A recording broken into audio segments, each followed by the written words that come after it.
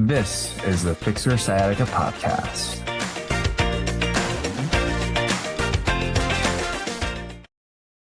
All right, hey everyone, and welcome back to the show. Today we're going to be tackling a topic that many people fear, which is inflammation. And for those of us dealing with sciatica pain, this can often feel like there's a fire burning inside us, particularly our legs and our back, leading us to actually believe that inflammation is the enemy.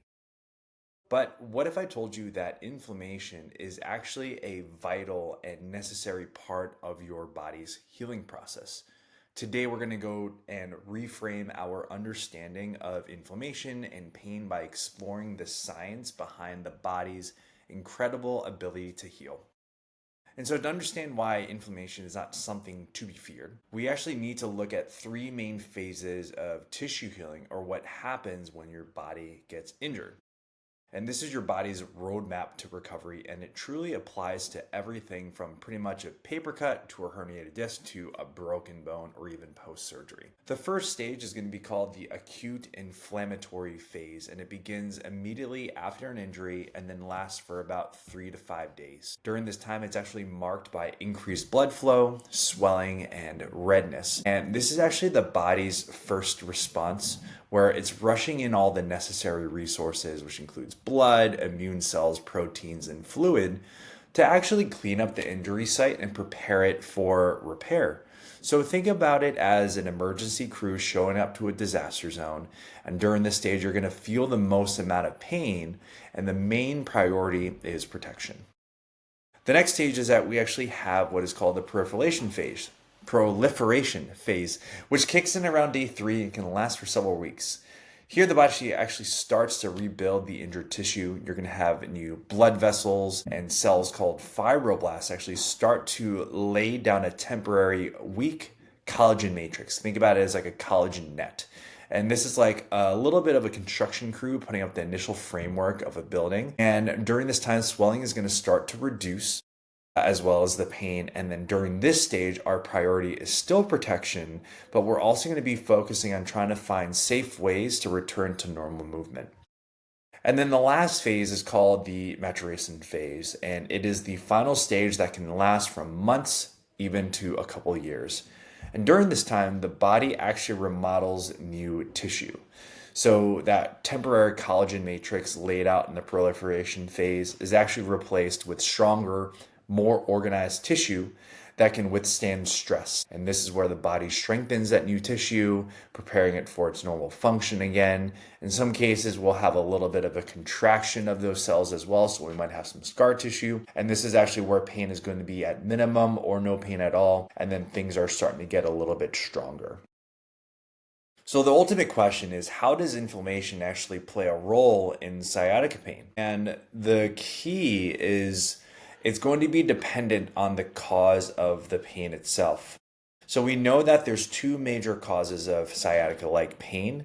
The first one is going to be herniated discs, which are a very common cause, especially when the pain actually starts at the level of your back and then radiates downward. And remember, the sciatic nerve skips your butt. So if you have pain in your butt, it's either related to your back or deep down into your hip muscles, such as the piriformis. And that is another episode in the future. So while the term herniated disc actually sounds pretty scary because you'll hear it a lot, the scientific evidence actually shows that the body is in fact capable of healing these injuries on its own. So in fact, a herniated disc doesn't always stay herniated forever. And so research actually published in journals like Pain Physician confirmed that a process called resorption actually occurs. And so the body's immune system actually recognizes the contents of that herniated disc material as a foreign object, and it slowly begins to break down and resorb it. That's where you can have some calcification and also some degenerative changes as well. And this is why many people who have herniated discs eventually see their symptoms resolve even without surgery or intervention, because what ends up happening is that it goes through that inflammatory process and then eventually heals. Disc herniations are actually often associated with acute injuries or short-term or very recent injuries, even if they're a result of years and years and years of cumulative stress. The classic scenario is bending forward to lift something up and you feel a sharp pain. And this type of injury is actually often managed with exercises that actually favor specific motions, a specific direction of motion. Particularly using the McKenzie method, we're looking at utilizing extension-based exercises such as lying on your stomach and propping yourself up on your elbows or doing a backwards bend to centralize the pain and help the disc material move away from the nerve. The goal is to find a direction of movement that actually provides relief rather than aggravating the nerve. But an area which a lot of practitioners do forget about when it comes to managing disc irritation is that there are other planes of motion. You have side bending and rotation, and usually side bending and rotation in one specific direction will actually aid in reducing the pain or centralizing it as well. But we also have to talk about the other area, the other end of the spectrum, which is going to be a more chronic degenerative process like arthritis, or you're looking at degenerative disc disease, foraminal stenosis, spinal stenosis. And in scenarios like this, unlike a disc injury, it's not an acute event.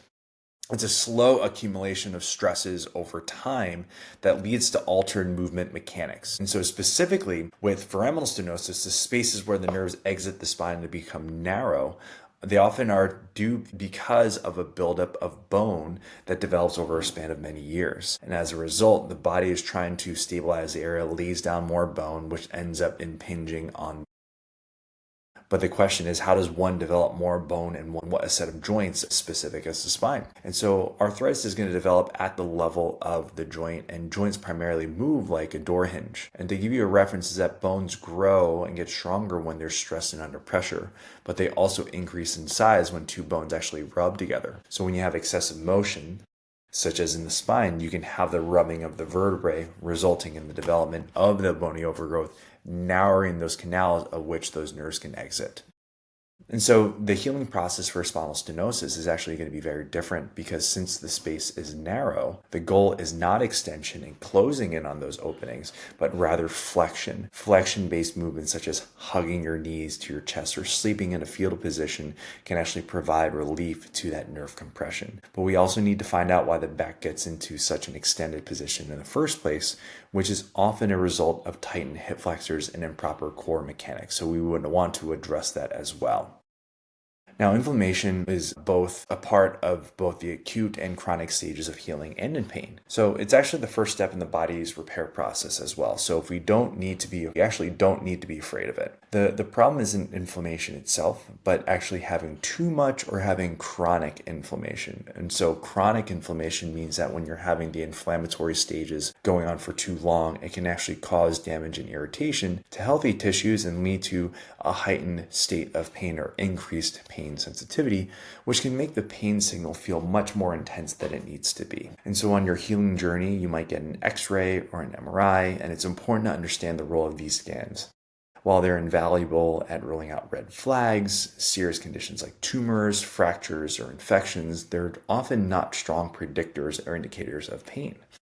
Studies have actually shown that many people with zero pain have bulging discs, tears, and arthritis in their scans. So the idea is that what we see on an MRI does not always correlate with how we feel or how we should be treated.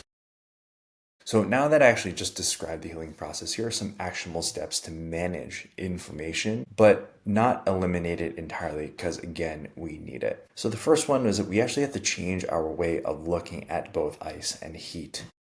For years, the standard advice was rest, ice, compression, and elevation, the Rice method. However, this thinking is actually outdated. The modern view is that ice is not a healing agent. Inflammation, again, is a necessary tool for healing, and ice can actually slow down this process because it reduces the inflammation itself. Instead, you can use ice or heat more so for comfort. If ice actually makes you feel better and provides temporary relief, use it. But if heat is actually a little bit more soothing and makes you feel a little bit better, then you can use it as well. But again, it's really more of a tool rather than the cure for the problem. Number two, you're going to want to embrace gentle movement. So movement is a powerful anti-inflammatory tool. When you move gently, you promote blood flow, which actually helps the body clear the excess inflammatory cells and bring in new resources for repair. And a simple walk is a great place to start. Number three, practice anti-inflammatory nutrition. So you want to focus on a diet rich in whole foods, leafy greens, berries, fatty fish, and nuts, minimally processed foods. And these foods can actually contain natural compounds that actually help your body regulate the inflammatory processes in your body.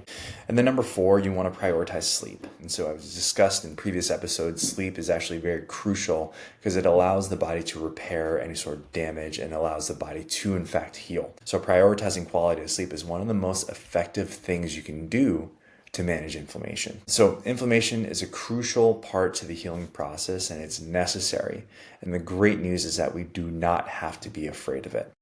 If you're looking for some more information on inflammation itself, I'm actually going to be putting a link to the scientific articles that I referred to into the show notes. If you have any questions, feel free to shoot us an email at info@ifixyoursciatica.com.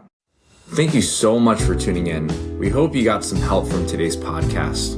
And for more info, check us out at ifixyoursciatica.com. Have a fantastic and pain-free day.